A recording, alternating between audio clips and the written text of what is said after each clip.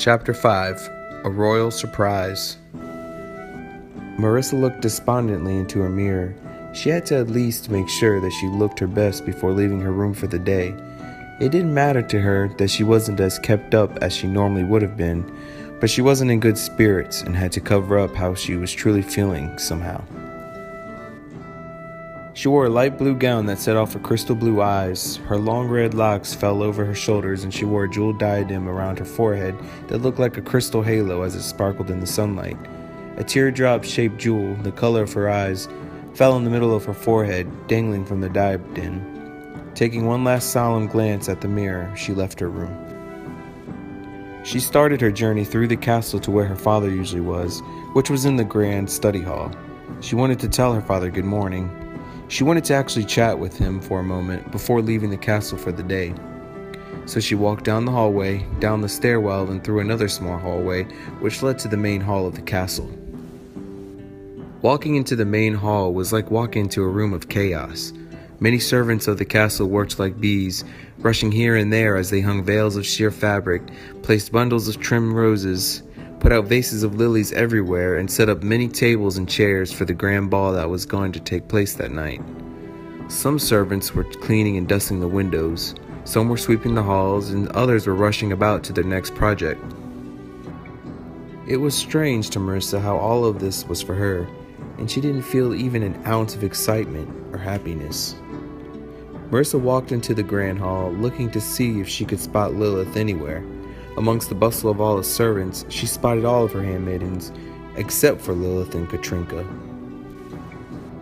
She didn't see them anywhere, which was an odd thing, but on the other hand, she didn't want Lilith to spot her and try to talk to her. But it was definitely strange that Katrinka was not there. She was usually the first one to start setting up things for any special event that happened in the castle. As a matter of fact, Marissa didn't remember seeing Katrinka that whole week. She had so many handmaidens that it didn't even occur to her that Katrinka had been absent all week long. I wonder if Lilith is sick, Marissa thought to herself. I'll have to ask Lilith about that, if I ever see Lilith today. Marissa walked swiftly through the hall, trying not to be seen by anyone. She didn't feel up to talking to anyone at that moment. Normally Marissa would stop to talk with everyone, but that day she felt different. She didn't want to spend too much time in the castle knowing that she had too little time to see the important people in her life. No one seemed to notice her. They were too focused on what they were doing that they missed the blur of red hair that hurried through the great hall. She made it to the other side, passing two royal soldiers that guarded the entrance to the hall. Marissa passed them with a gentle smile. She walked into her father's great study hall and began to make her way across it. The hall was huge, with many shelves and books and globes everywhere. There were many paintings on the huge walls of Marissa and her mother and father. Huge, brightly lit candelabras lit up the room, as well as many torches on the walls. Many tall windows covered the left side of the room, adding more light to it.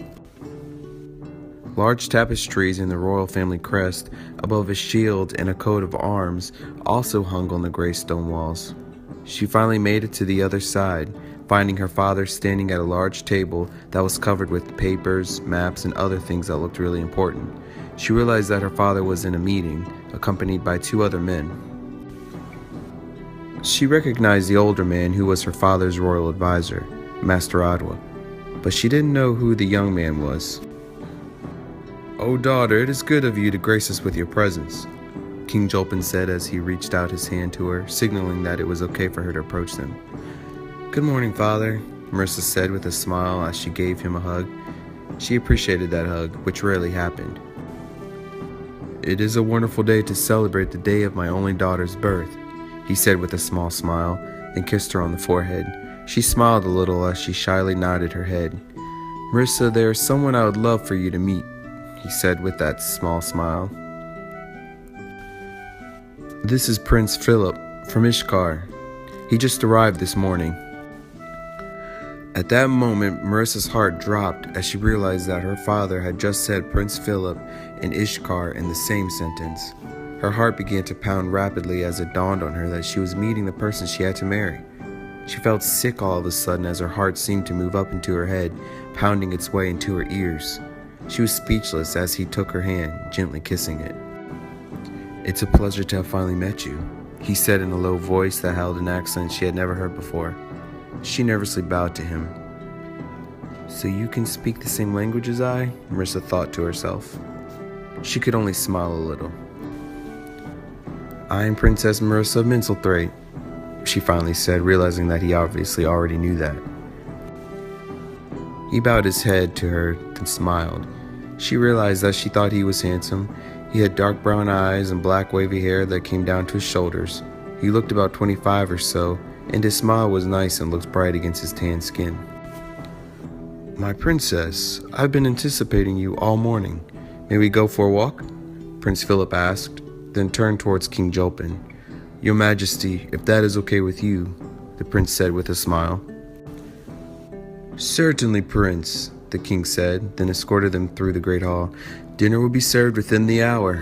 Alexander and the kitchen staff is getting a wonderful meal ready for us, filled with the finest Misselthwaitian foods," the king said as he patted the prince's back.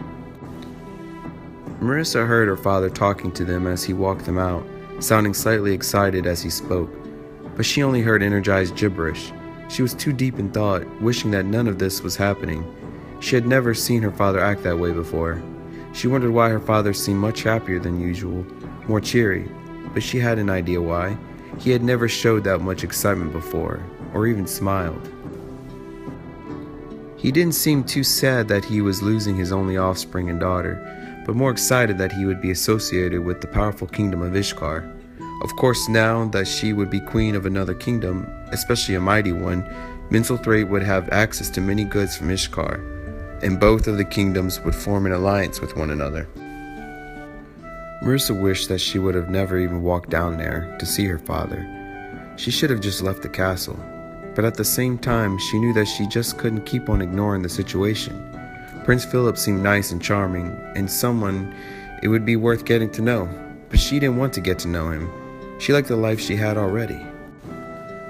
"Your kingdom is very beautiful, one of the most attractive I've seen yet," the prince said with a smile as he motioned for her to walk through the great arched threshold and into the fresh air and bright colors of Minselthwaite. Marissa realized that they were now outside in the gardens of the castle. The bright sun felt good against her skin and it smelled wonderful outside, like fresh sweet earth. The garden was amazing and beautiful, with majestic statues, decorative columns, and arches everywhere, and not to mention there were thousands of brightly colored flowers and rose bushes that adorned the earth. Servants everywhere now and then could be seen as they walked here and there, working in the garden, carrying baskets of fresh clippings and unwanted weeds. A large fountain sat in the middle of the garden, surrounded by violet and cream-colored irises. In the center of the fountain was a marble statue of a great king, standing tall and proud, pointing his sword to the heavens with one hand and holding a large open book in the other hand. "This is a beautiful piece of art," Prince Philip said as they dawdled past the great fountain. "Very inspiring." "Thank you," Marissa said with a gentle smile. "It is based off of the original statue that used to stand there. It has been with my family for many years. It's a reflection of one of the ancient and mighty kings of Minselthwaite.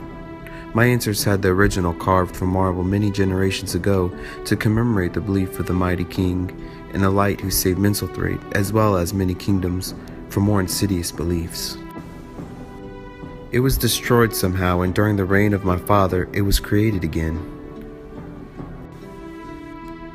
It is said that the great king went on many crusades during his reign, spreading the word of light to many kingdoms and leading his men in battle to fight for the truth. I love everything about it." "What a stirring story. Legend has it that the great king of light was the mightiest of all kings," the prince said, looking at Marissa as if waiting for a reaction. "You know the legend?" Marissa asked, surprised. "Indeed, I do. The great king was a very controversial king. The legend of the king was simply created so people could have something to believe in," the prince said nonchalantly. "Controversial? Those who are offended by good works do not know good works," Marissa said, peering back up to him. "History always turns into legend over time when one simply does not understand it, my dear prince. The great king brought his good words to Minselthwaite so long ago when the earth was much younger. His words were so inspirational that they were written in a book many years ago after his death, along with many chronicles written by his knights and followers. That book resides in the palace. Only a few copies now remain. Most had been burned many years ago by the hands of corrupted people. The prince was quiet for a moment. "I see you believe strongly in the great king and his word," he finally said. "The idea of him is what keeps my sanity in a good place. I've had to study countless pages about him," Marissa said with a faint smile. "And how does a prince like yourself come about the legend of the great king?" "I've studied about your culture and history for a very long time, it seems, preparing for this day," the prince said with a smile. "The legend of the king is very different from Ishkarian beliefs, but I have come to be more receptive of the legend of the great king. I've been learning about Minselthwaite's customs and rich lands since I was a young boy." "That explains why you speak Minslish so well," Marissa said, astonished. Marissa became quiet and embarrassed, feeling dim-witted for not even knowing nearly as much about Ishkar as Philip did about Minselthwaite. In the past, instead of studying the Ishkarian language and customs, she was off with her beloved friends, swimming in the lakes and going on thrilling horseback rides. "Yes, your language is not as challenging as others I come to know, but it is very ancient and the root of many languages. Your language dates back to the beginning. It's very special," the prince said with a smile. "But Ishkar and Minselthwaite are on two opposite ends of the spectrum. We are two opposite kinds of people put together by an arranged marriage," he said, looking off into the distance. "And I know of Minselthwaite, but not of its princess," Philip said as he smiled at her. "Tell me about yourself." "What do you want to know, Your Highness?" Marissa asked shyly as he finally stuck out his elbow for her to put her arm around it. She did, so not to offend him. "Call me Philip, my lady.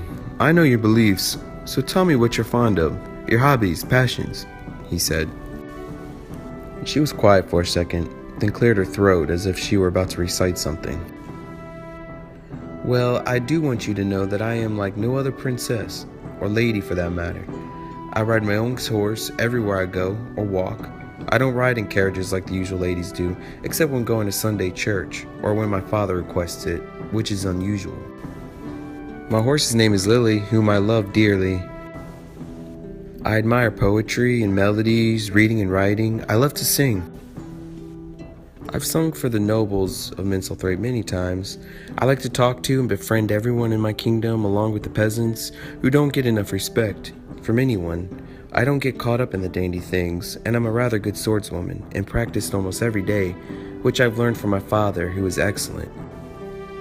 I have no mother, and learned everything from my father, whom I barely see now these days. And I don't like that this is my last day in Minselthwaite." Marissa stopped abruptly, realizing that she had been ranting on, which was not ladylike either. "Do you have any questions?" Marissa said with a pretty smile. "Well, you are a different kind of princess, aren't you?" Philip said, then laughed. "Don't insult me," she said jokingly. "And what about you, Philip?" "Well, to begin, I have never seen any lady as beautiful as you," he said, smiling at her. "The women of Ishkar will be jealous of their queen." Marissa's smile faded away when she heard those words. "The ladies in Ishkar are lovely, but all of them carry the same features, and are not as fair as you. Your red hair, crystal blue eyes, and fair skin are fine features to behold.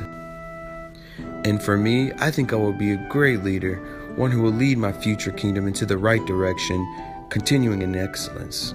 And I will make sure that we will have the greatest kingdom in the entire world, a fine example of leadership," he said with an excited look on his face. "And many ladies of my kingdom think that I am very pleasing to look at. So I think with your beautiful face and my handsome appearance, you and I will appear physically stunning to everyone. Not to mention we will have the best looking children in all of Ishkar. We will have many children, all boys of course, to carry on my legacy," he said with a big smile. She just returned his smile with one as well, but a forced, weak one. "And I love riding my horse as well, which I brought with me, and his name is Sable, because he is black and as quick as the night sky. And my kingdom is not as beautiful as Minselthwaite, but it's a great city. but lately it's always raining. There are beautiful days like this one every once in a while." The more Philip spoke, the more Marissa's heart sunk lower and lower. She would be married to a man who boasted with his snobbery, and would be queen over a kingdom where it rained every day. She looked off into the horizon. Over the beautiful garden of the castle, she could see the amazing mountains and the miles and miles of greenery.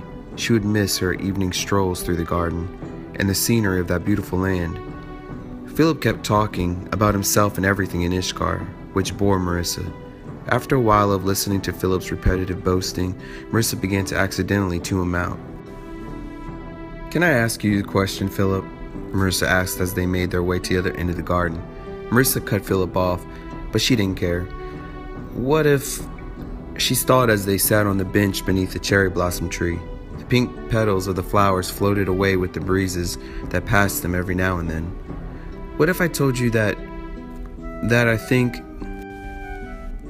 Marissa stopped what she was saying again, thinking that she would offend him if she were to tell him that she thought that she would be unhappy in Ishkar, and that she didn't want to go. She could see him getting upset, confronting her father about it, and then calling off the wedding and the alliance that Ishkar would have with Minselthwaite, and then there would be a war between the two countries. Marissa could see this happening and did not want any ill feelings to stir, so she decided to change the subject. The sun was up in the center of the blue sky, which meant that it was noon. The golden orb burned through the cerulean sky, and the billow of white clouds passed its mighty face every now and then. "Philip, I have to go," she said, standing up quickly. "I'd forgotten that I have an appointment at midday, which is now." It was a pleasure. Just as fast as she said it, she was off through the gardens. What about dinner? I will see you this evening then at the festivities," Philip hollered to her as he watched her run back to the castle. Marissa hurried through the great hall where the castle servants were still putting things together for the grand ball that evening. One of her handmaids spotted her and tried to ask her something probably dealing with that night, but Marissa ignored her and continued to rush through the hall. She had to get out of the castle. She couldn't take the pressure anymore. So what if I missed dinner today? I've had plenty of dinners in my lifetime, she thought. She finally made her way to the castle entrance, running out and through the courtyard. Her long blue gown fluttered behind her as she rushed towards the town square.